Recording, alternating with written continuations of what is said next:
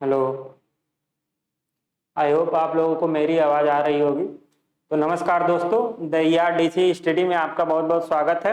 जैसा कि कल के क्लास में, पहली क्लास में हम लोग बोले थे कि कल से हम लोग साइंस स्टार्ट करेंगे। तो आज से हम लोग साइंस के क्लास स्टार्ट कर रहे हैं। तो साइंस में हम लोग पहले फिजिक्स स्टार्ट करते हैं। तो फिजिक्स में हम लोग पहला चैप्टर क्या स्टार्ट करेंगे? लाइट। तो आज से हम लोग लाइट के बारे में पढ़ेंगे। तो पहला चैप्टर हम लोग क्या पढ़ेंगे? लाइट। तो पहले थोड़ा फ्रेमिंग कर लेते हैं कि लाइट में आज हम लोग क्या क्या पढ़ेंगे। तो लाइट में आज हम लोग थोड़ा सा फ्रेमिंग कर लेंगे तो पढ़ाना इजी रहेगा, टॉपिक भूलेगा नहीं। तो आज हम लोग लाइट के बारे में पढ़ेंगे। क्या पढ़ेंगे? इसका नेचर। लाइट का नेचर क्या होता है? ये क्या होता है? डुअल नेचर का होता है, एक कण के रूप में और एक तरंग के रूप में। तो लाइट डुअल नेचर का होता है, एक कण के रूप में और एक तरंग के रूप में। दूसरा क्या है? दूसरा कौन सा टॉपिक पढ़ेंगे हम? इसके लक्षण। इसके लक्षण या कैरेक्टरिस्टिक।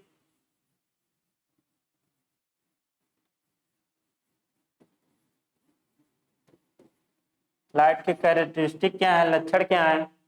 और उसके बाद तीसरा टॉपिक हम लोग क्या पढ़ लेंगे? तीसरा टॉपिक हम लोग थोड़ा सा पढ़ लेंगे यार दर्पण के बारे में।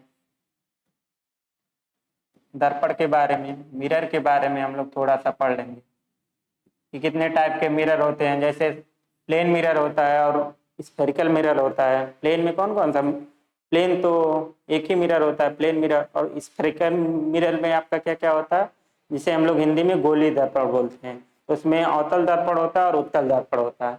तो आज हम लाइट में यही तीन टॉपिक के बारे में पढ़ेंगे। लाइट का नेचर क्या होता है, लाइट के लक्षण क्या क्या होते हैं या कैरेक्टरिस्टिक क्या क्या होते हैं। जैसे लाइट सीधी रेखा में ट्रेवल करता है, लाइट इलेक्ट्रोमैग्नेटिक वेव के रूप में ट्रेवल करता है, लाइट वैक्यूम या निर्वात में भी ट्रेवल करता है। या निर्वात में लाइट की वेलोसिटी कितनी होती है? 3 × 10⁸ मीटर पर सेकेंड, इतनी वेलोसिटी होती है लाइट की। तो आइए स्टार्ट करते हैं। हम पहले क्या स्टार्ट करेंगे? लाइट के नेचर के बारे में। तो पहला, नेचर ऑफ लाइट।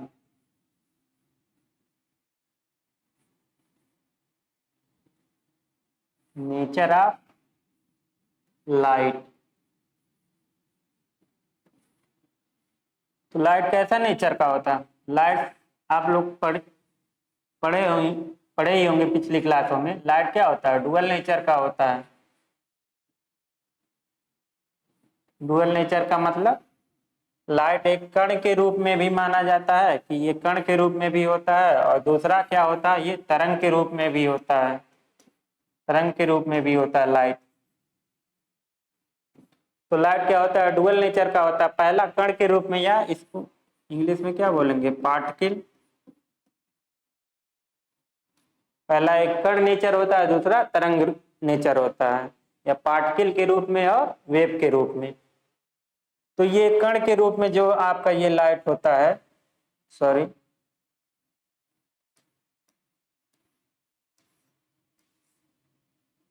कण के रूप में जो होता है, तो इसमें एक फैक्ट है, ये एक लाइट का कणिका सिद्धांत, प्रकाश का कणिका सिद्धांत एक होता है। प्रकाश का कणिका सिद्धांत, इसको आप लोगों को याद करना है। कणिका सिद्धांत मतलब प्रकाश कण के रूप में होता है। इसके बारे में पहले किसने बताया? ये प्रकाश का कणिका सिद्धांत किसने दिया? न्यूटन ने दिया। तो आपको यहाँ से एक फैक्ट याद रखना है कि प्रकाश का कणिका सिद्धांत किसने दिया? न्यूटन ने दिया। दूसरा क्या होता है? तरंग के रूप में। प्रकाश तरंग के रूप में ट्रेवल करता है, और कौन से तरंग के रूप में? इलेक्ट्रोमैग्नेटिक वेव के रूप में। इलेक्ट्रोमैग्नेटिक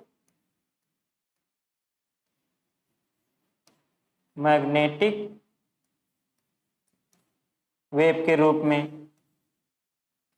हिंदी में क्या बोलते हैं? विद्युत चुंबकीय विकिरण। तो लाइट तरंग के रूप में होता है, कौन से तरंग के रूप में? इलेक्ट्रोमैग्नेटिक वेव के रूप में, विद्युत चुंबकीय विकिरण के रूप में। तो क्या बोलते हैं हिंदी में? विद्युत चुंबकीय विकिरण।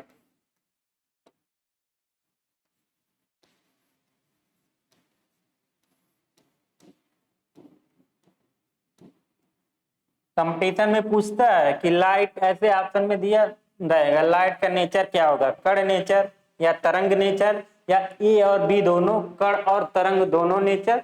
तो ऐसे ये कंपटीशन का क्वेश्चन बन जाता। तो लाइट क्या होता है, दोनों नेचर का होता है, कण के नेचर का भी और तरंग वेव के नेचर का भी। तो ये आपका ये तरंग के रूप में होता है। तो एक ये लाइट का प्रकाश का तरंग सिद्धांत दिया था,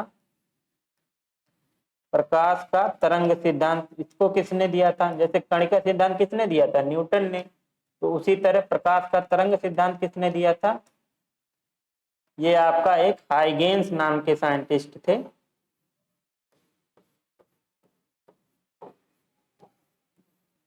हाइगेंस ने दिया था।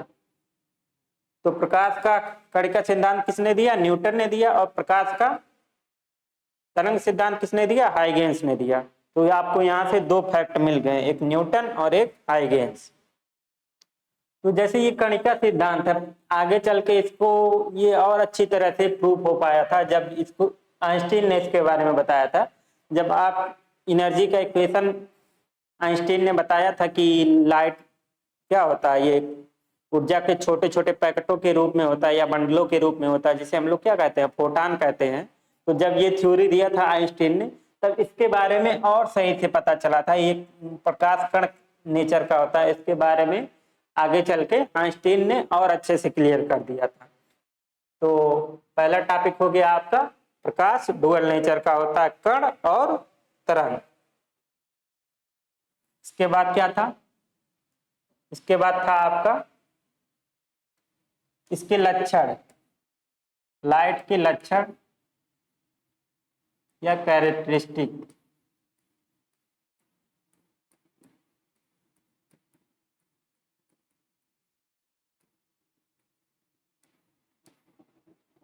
तो लाइट के लक्षण, इसमें क्या क्या आएगा? इसमें दो तीन लक्षण इसके कैरेक्टर इंपॉर्टेंट है। जैसे पहला, प्रकाश क्या है? सीधी रेखा में चलता है। लाइट क्या है? सीधी रेखा में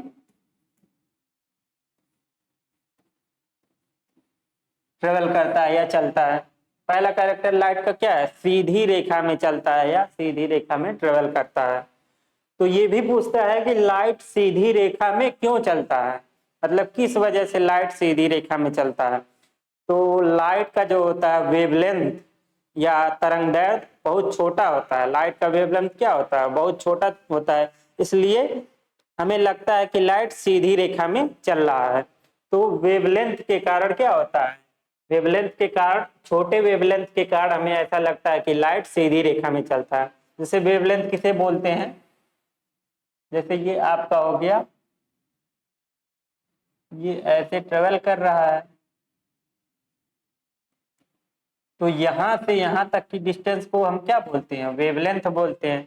मतलब एक चक्कर में चली गई दूरी, ये जो होता है क्या होता है आपका? यही आपका वेवलेंथ होता है। एक चक्कर में चली गई ये शॉर्टेस्ट डिस्टेंस, ये आपका क्या होगा? वेवलेंथ होगा। यही, इसको हम लोग क्या बोलते हैं? लेमडा से लिखते हैं, वेवलेंथ लेमडा। तो ये लाइट वाला केस नहीं है। लाइट वाला केस ये है, इसका तो क्या वेवलेंथ बड़ा है, इतना बड़ा बड़ा ये ऐसे जा रहा है, इतना बड़ा इसका वेवलेंथ। लेकिन लाइट का क्या होता है? लाइट का वेवलेंथ बहुत छोटा छोटा होता है, बहुत छोटा छोटा होता है।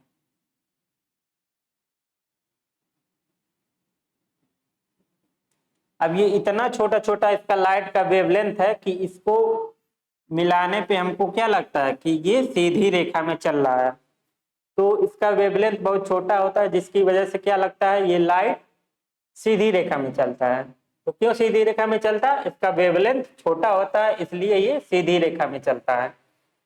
ये पूछा है कंपटीशन में। दूसरा क्या होता है? लाइट वैक्यूम, वैक्यूम में भी ट्रेवल करता है या चलता है।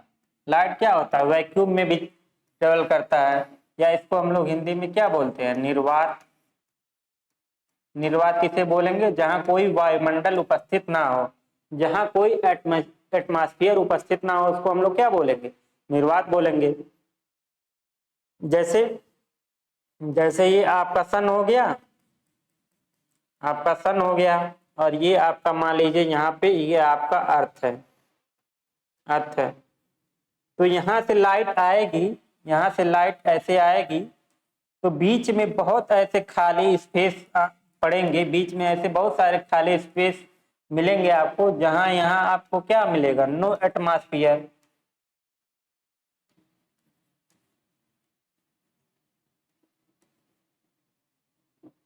तो क्या होगा? जैसे लाइट सन से हमारे अर्थ तक ट्रेवल करेगी, तो बीच में ऐसे बहुत से खाली स्थान मिलेंगे जहां पे कोई एटमॉस्फेयर नहीं होगी। तो इस खाली स्थान को हम लोग क्या कहते हैं? निर्वात कहते हैं या वैक्यूम कहते हैं।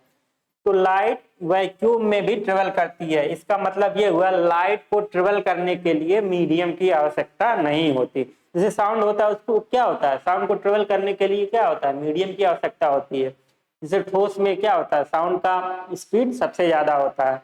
जैसे जैसे उसके बाद लिक्विड में आएंगे तो और कम हो जाएगा, एयर में आएंगे तो साउंड का स्पीड और कम हो जाता है। तो साउंड को चलने के लिए एक मीडियम की आवश्यकता होती है। लेकिन लाइट क्या है? लाइट यहाँ से सन से अर्थ तक आ रहा है, तो बीच में कई खाली स्थान है जहां कोई एटमॉस्फेयर नहीं है, कोई मीडियम नहीं है। नो एटमॉस्फेयर मतलब क्या हो गया? बीच में कोई मीडियम नहीं है। तो लाइट को ट्रेवल करने के लिए मीडियम की आवश्यकता नहीं होती। इसको ऐसे भी कह सकते हैं, लाइट वैक्यूम में ट्रेवल करता है। दोनों का मतलब एक ही हुआ।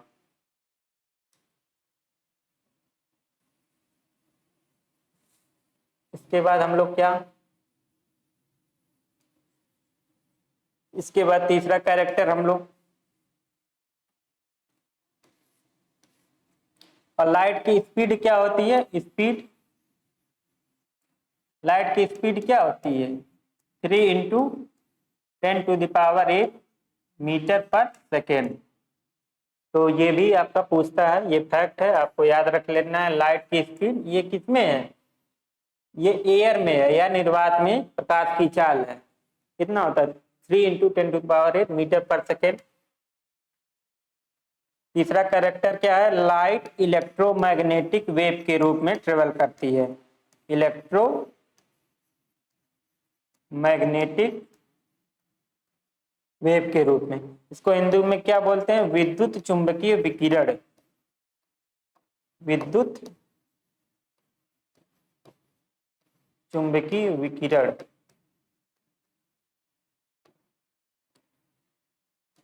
तो लाइट का तीसरा कैरेक्टर क्या है? लाइट इलेक्ट्रोमैग्नेटिक वेव के रूप में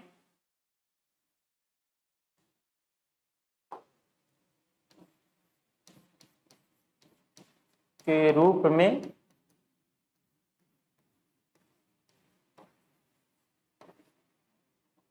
करती है। जैसे आपका रेडियो हो गया, ये क्या हो गया? इलेक्ट्रोमैग्नेटिक वेव छोड़ते हैं। तो लाइट क्या हो गया? इलेक्ट्रोमैग्नेटिक वेव के रूप में ट्रेवल करती है, या विद्युत चुंबकीय विकिरण के रूप में ट्रेवल करती है। तो मेनली यही 2-3 आपके कैरेक्टर हैं लाइट के, इसके बारे में हमें डिस्कस करना था। तो पहला क्या था? लाइट सीधी रेखा में चलती है। क्यों सीधी रेखा में चलती है? क्योंकि इसका वेवलेंथ क्या होता है? बहुत छोटा होता है। इसका लाइट का वेवलेंथ क्या होता है? बहुत छोटा छोटा होता है, इसलिए ये सीधी रेखा में चलती हुई प्रतीत होती है। और दूसरा क्या है? दूसरा क्या था? दूसरा, लाइट वैक्यूम में भी ट्रेवल करती है, या लाइट को ट्रेवल करने के लिए मीडियम की आवश्यकता नहीं होती। और तीसरा, लाइट इलेक्ट्रोमैग्नेटिक वेव के रूप में ट्रेवल करती है। अब इसके बाद हम लोग क्या लिखे थे? कौन सा टॉपिक लिखे थे? हाँ, इसके बाद हम लोग लिखे थे मिरर के बारे में। मिरर के बारे में, या इसको हिंदी में क्या बोलते हैं? दर्पण। दर्पण।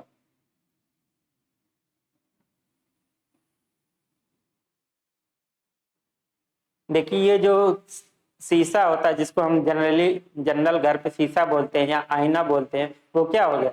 वो दर्पण का एक टाइप है। वो दर्पण नहीं, उसको उसको दर्पण तो बोलेंगे, लेकिन वो दर्पण के अंदर ही एक टाइप होता है। वो प्लेन मिरर होता है, प्लेन मिरर के अंदर आता है, जिसको हम लोग आईना बोलते हैं, घर पे होता है जो।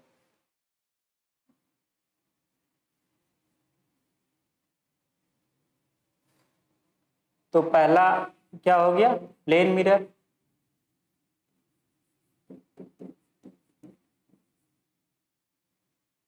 प्लेन मिरर या इसको हम लोग क्या बोलते हैं, समतल दर्पण।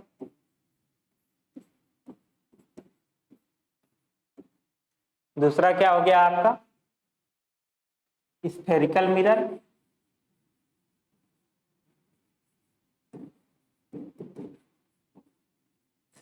या इसको हम लोग क्या बोलते हैं, गोलीय दर्पण।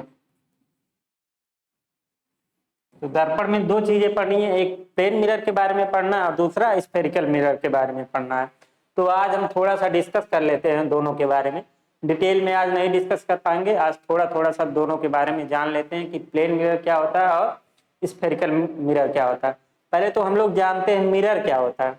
मिरर क्या होता है, जैसे ये कोई आपका ग्लास है, ग्लास का टुकड़ा है या कांच जिसको हम बोलते हैं हिंदी में, ये ग्लास का कोई टुकड़ा है, ग्लास का टुकड़ा।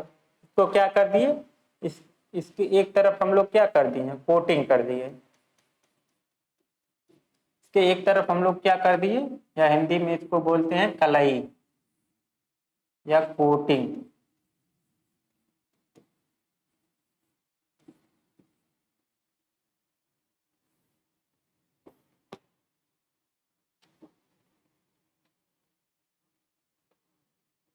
तो क्या हुआ, कोई आपके पास सिंपल ग्लास है, या जिसको हम जनरली शीशा बोलते हैं, ग्लास है, शीशा नहीं कांच बोलते हैं, शीशा नहीं, सॉरी शीशा नहीं कांच बोलते हैं। कोई ग्लास है, उसकी एक तरफ हम लोग कोटिंग कर दिए या कलई कर दिए। तो इसको, इसके बाद इसको क्या हम लोग बोलेंगे, मिरर बोलेंगे। मिरर में क्या होगा, ये लाइट इधर से आएगा, इसको टकरा के ये रिफ्लेक्ट हो जाएगा, मतलब लाइट का क्या हो जाएगा, परावर्तन या रिफ्लेक्शन हो जाएगा। तो कोटिंग ये जो होता है, ये किस चीज का होता है, ये आपका किस चीज का कोटिंग होता है, जैसे ये पारा या सिल्वर। पहले पारे या सिल्वर का करते हैं, उसके ऊपर सिल्वर ब्रोमाइड, ब्रोमाइड का करते हैं इसके ऊपर। तो पहले एक लेयर ये पारे या सिल्वर की कोटिंग कर लेंगे, उसके ऊपर क्या करेंगे, ये सिल्वर ब्रोमाइड का कोटिंग कर देंगे। तो इसमें क्या रखना है, ये कोटिंग किस चीज की जाती है, ये चीज आपको याद रखना है। पारे या सिल्वर का एक लेयर किया जाता है, उसके ऊपर फिर सिल्वर ब्रोमाइड की कोटिंग कर दी जाती है।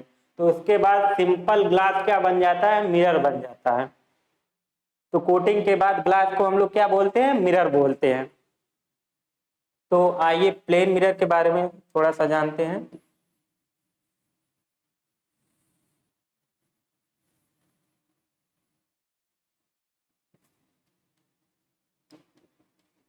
जैसे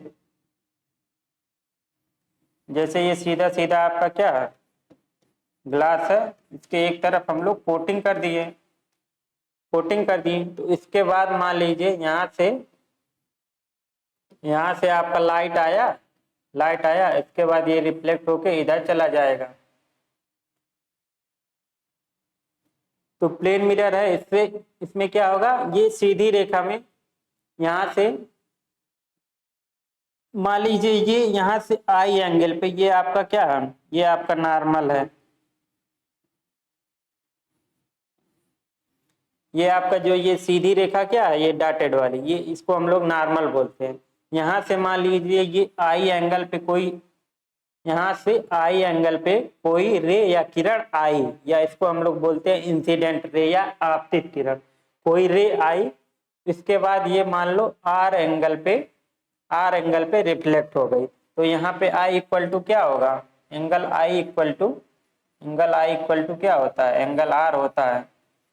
मतलब ये जितने एंगल पे आई उतने ही एंगल पे रिफ्लेक्ट हो जाएगी, अगर ये आपका प्लेन मिरर रहेगा।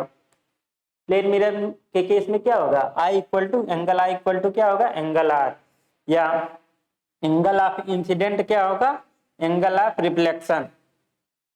मतलब ये इंसिडेंट रे है, ये रिफ्लेक्टेड रे है, ये एंगल ऑफ इंसिडेंट है, ये एंगल ऑफ रिफ्लेक्शन है, ये अपवर्तन, ये आपतन कोण और ये परावर्तन कोण। अब ये आगे चल के इसके बारे में डिस्कस करेंगे, ये बस हम थोड़ा सा बता रहे थे कि प्लेन मिरर से रिफ्लेक्शन कैसे होता है। जो ये कोई ग्लास है, इसके एक तरफ कोटिंग कर दिए तो ये क्या हो गया आपका सीधी ग्लास है, एक तरफ कोटिंग कर दिए तो ये क्या हो गया आपका प्लेन मिरर हो गया। अब आइए इसके बारे में, मेनली इसके बारे में हमें जानना है। स्फेरिकल मिरर दो टाइप के होते हैं, एक उत्तल उत्तल दर्पण, दूसरा अवतल दर्पण। उत्तल दर्पण और अवतल दर्पण, उत्तल को क्या हम बोलते हैं कॉन्वेक्स, कॉन्वेक्स मिरर, इसको हम लोग क्या बोलेंगे कॉनकेव मिरर। उत्तल दर्पण को कॉन्वेक्स मिरर और अवतल को कॉनकेव मिरर। लेंस के केस में इसकी प्रॉपर्टी ये उल्टा हो जाती है, ये उत्तल दर्पण जो होता है वो अवतल लेंस की तरफ बिहेव करने लगता है, मतलब लेंस का तो दूसरा केस होता है, लेकिन थोड़ा सा इसका उल्टा हो जाता है लेंस के केस में, इसका फार्मूला भी उल्टा हो, मतलब प्लस का माइनस में हो जाता है, तो लेंस केस में आपका दूसरा हो जाता है। तो आइए हम लोग उत्तल दर्पण और अवतल दर्पण के बारे में बात करते हैं। समतल दर्पण वाला तो छोटा सा टॉपिक है, इसके बारे में थोड़ा और बात करेंगे, मतलब इसके बारे में थोड़ा न्यूमेरिकल पार्ट जो है उसके बारे में हम आगे बात करेंगे या कल बात करेंगे। थोड़ा सा अभी स्फेरिकल मिरर के बारे में जान लेते हैं। स्फेरिकल मिरर, जैसे ये कोई गोला है, ये कोई गोला है, अब यहाँ से मान लीजिए ये वाला इतना पार्ट हम लोग काट लिए, इधर से ये वाला इतना पार्ट काट लिए, इधर से ये दोनों हम लोग पार्ट काट के निकाल लिए। कोई गोला है, इधर से ये वाला पार्ट और इधर से ये वाला पार्ट मान लिया हम लोग काट के निकाल लिए, तो ये कैसे आएगा ऐसे आएगा। मान लीजिए ये अंदर की तरफ हम लोग कलई कर दिए या कोटिंग कर दिए, अंदर की तरफ कर रहे हैं कोटिंग, तो जो कोटिंग होती है उसके अपोजिट साइड, ये अंदर की तरफ कोटिंग हुई है तो ये बाहर की तरफ जो सरफेस होती है, बाहर वाले सरफेस, जिस सरफेस पे लाइट पड़ती है, लाइट किधर से आएगी इधर से आएगी इस सरफेस पे, इधर तो कोटिंग हुई है, इधर कोटिंग हुई है तो इधर से लाइट नहीं हम लोग लाएंगे, लाइट किधर से आएगी, लाइट इधर से आएगी जिधर कोटिंग नहीं हुई है। तो जिस सरफेस पे ये लाइट आपकी पड़ रही है इसको हम लोग क्या बोलते हैं रिफ्लेक्टेड सरफेस।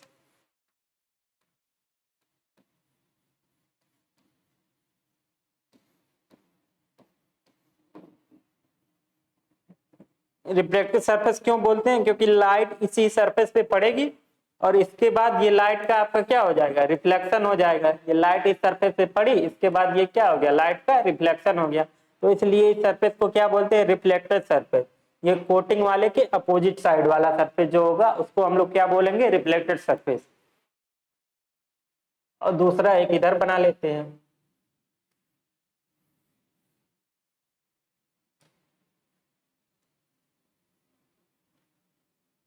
इसको हम लोग मान लीजिए बाहर की तरफ रंग देते हैं, बाहर की तरफ हम लोग क्या कर दिए कोटिंग कर दिए या रंग कलई कर दिए, ये बाहर की तरफ क्या है कलई, ये अंदर की तरफ क्या है ये अंदर की तरफ कलई है, कलई या कोटिंग। तो इसमें कौन सी रिफ्लेक्टेड सरफेस होगी, ये बाहर की तरफ कलई है या कोटिंग हुआ है, तो ये क्या होगा इसके अपोजिट साइड वाला ये अंदर वाला क्या हुआ या दबा हुआ, ये अंदर क्या है ये ऐसे दबा हुआ है, ऐसे दबा हुआ है, तो अंदर वाला पार्ट क्या होगा ये आपका अंदर वाला सरफेस जो होगा इसको हम लोग क्या बोलेंगे रिफ्लेक्टेड सरफेस।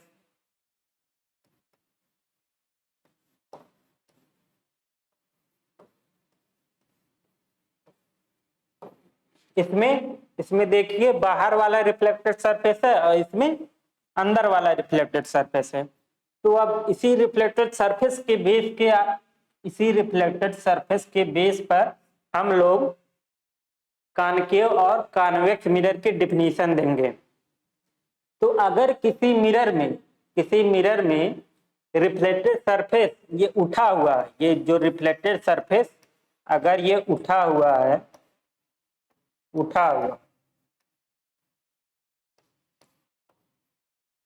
तो इसको हम लोग क्या बोलेंगे? उत्तल दर्पण। हिंदी वालों के लिए आसान है याद करना। ये रिफ्लेक्टेड सरफेस अगर उठा हुआ है तो इसको हम लोग क्या बोलेंगे? उत्तल दर्पण। ऊ से देखिए, ऊ से उठा हुआ और ऊ से उत्तल, तो कितना आसान हो गया याद करना।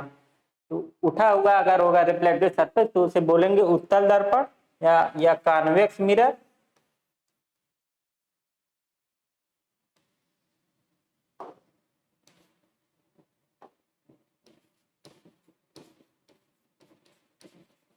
या कॉन्वेक्स मिरर इसको बोलेंगे। अगर ये रिफ्लेक्टेड सरफेस क्या हुआ है इसका? देखिए रिफ्लेक्टेड सरफेस ऐसे दबा हुआ है, रिफ्लेक्टेड सरफेस। इसको अगर ये दबा हुआ होगा, अगर ये एक उत्तल दर्पण हो गया तो दूसरा क्या हो गया? ऑटोमेटिक अवतल दर्पण हो जाएगा।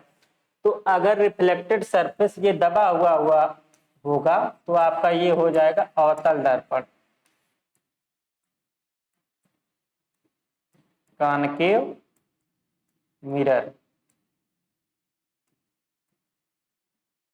तो आपको पता चल गया होगा, याद भी हो गया कि उत्तल दर्पण और अवतल दर्पण किसे बोलेंगे।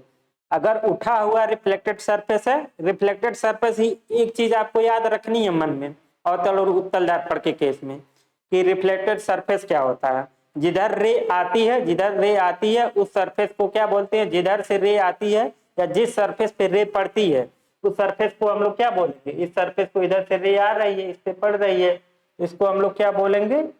इसको हम लोग बोलेंगे रिफ्लेक्टेड सरफेस। तो रिफ्लेक्टेड सरफेस अगर उठा हुआ होगा तो वो हो जाएगा उत्तल दर्पण। अगर रिफ्लेक्टेड सरफेस आपका क्या होगा? दबा हुआ होगा या अंदर की तरफ होगा तो उसको हम लोग क्या बोल देंगे? अवतल दर्पण। तो आपको उत्तल और अवतल दर्पण के बारे में पता चल गया होगा या याद भी हो गया होगा।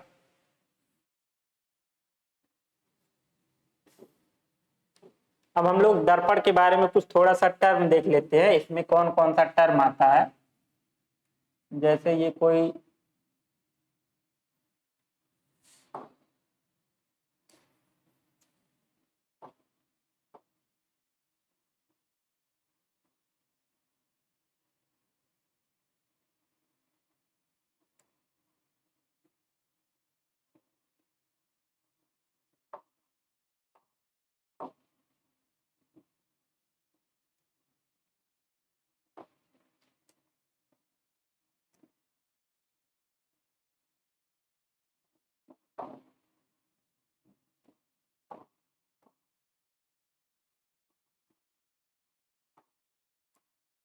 चलिए छोड़िए, मिट नहीं रहा, दूसरा हम लोग बना लेते हैं।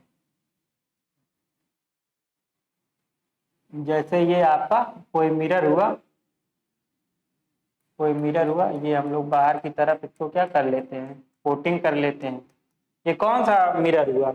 इसका रिफ्लेक्टेड सरफेस कौन सा है? ये अंदर वाला है, अंदर, क्योंकि ये बाहर की तरफ कोटिंग की हुई है तो इसका रिफ्लेक्टेड सरफेस क्या हुआ? ये अंदर वाला आपका क्या हुआ? ये आपका रिफ्लेक्टेड सरफेस होगा। ये रिफ्लेक्टेड सरफेस क्या हुआ? अंदर वाला होगा। तो आपका रे किधर से आएगी? इधर से, अंदर से आएगी, इधर से जाएगी आपका रे।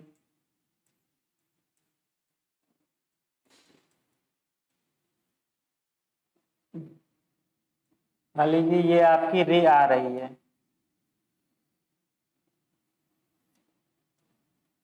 ये आपको पॉइंट एफ पे कट कर रही है। यहाँ पे आपका कहीं होगा पॉइंट सी और ये होगा पॉइंट पी। तो दर्पण में कुछ टर्म है, उसको हम लोग देख लेते हैं कि पी किसे कहते हैं, एफ किसे कहते हैं, सी किसे कहते हैं, और ये वाली जो बीच वाली लाइन ये ऐसे जा रही है सीधी, इसको क्या कहते हैं। तो पहले हम देखते हैं पी किसे कहते हैं। पी को क्या बोलते हैं? पोल या ध्रुव। तो पी किसे कहते हैं? ये दर्पण है, इसका कोई मिड पॉइंट होगा, इस दर्पण का जो मिड पॉइंट है इसे हम लोग क्या बोलेंगे, पोल बोलेंगे। दर्पण का जो भी सेंटर होगा या मिड पॉइंट होगा, इस दर्पण का मिड पॉइंट जो होगा उसे हम लोग पोल बोलेंगे। पोल, तो पोल किसे बोलते हैं, दर्पण के मिड पॉइंट को हम लोग क्या बोलेंगे, पोल बोलते हैं। अब ये सी, ये क्या है, ये सीधी वाली लाइन क्या है, इसे हम लोग बोलते हैं प्रिंसिपल एक्सिस।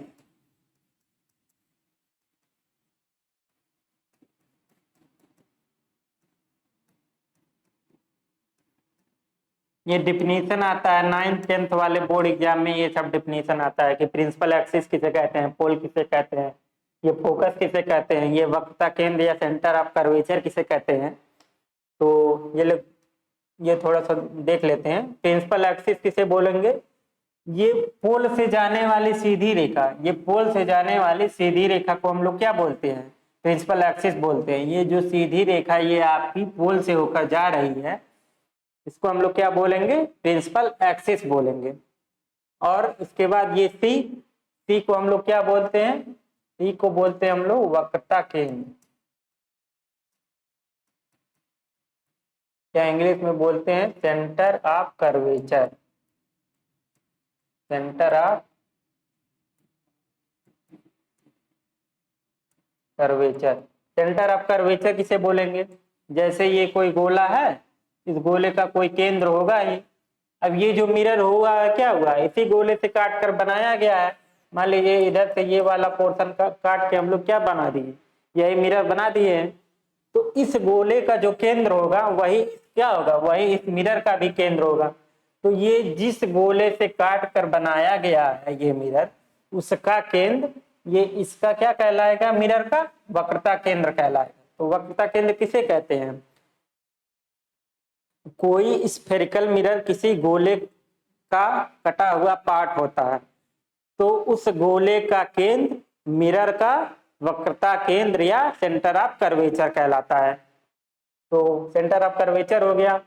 अब क्या हुआ, ये फोकस, फोकस, फोकस किसे बोलेंगे, जैसे ये प्रिंसिपल एक्सिस है और ये आपकी क्या है, इंसिडेंट रे है, ये ऊपर वाली क्या है, इंसिडेंट रे है ये वाली। तो इंसिडेंट, अगर प्रिंसिपल एक्सिस के पैरेलल कोई इंसिडेंट रे मिरर पे पड़ती है, ये क्या है, इसके पैरेलल है, ये दोनों क्या है, ये दोनों पैरेलल है। तो अगर ये इंसिडेंट रे प्रिंसिपल एक्सिस के पैरेलल जा रही है तो ये क्या होगी, मिरर से रिफ्लेक्शन के बाद या मिरर से परावर्तन के बाद ये मुख्य अक्ष को जिस पॉइंट पे काटती है उसे हम लोग क्या बोलते हैं, फोकस बोलते हैं, फोकस या मुख्य फोकस बोलते हैं। तो ये फोकस,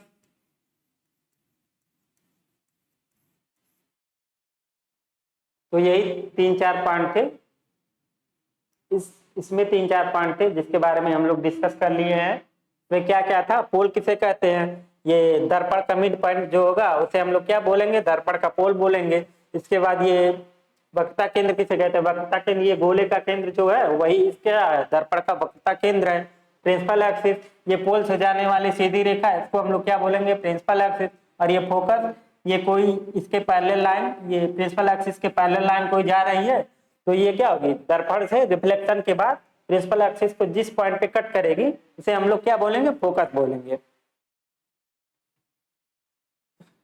तो आगे हम आगे कल डिस्कस करेंगे, अगर टाइम मिला तो शाम को भी थोड़ा सा हम लोग डिस्कस कर लेंगे। तो आज हम यहीं पे समाप्त करते हैं।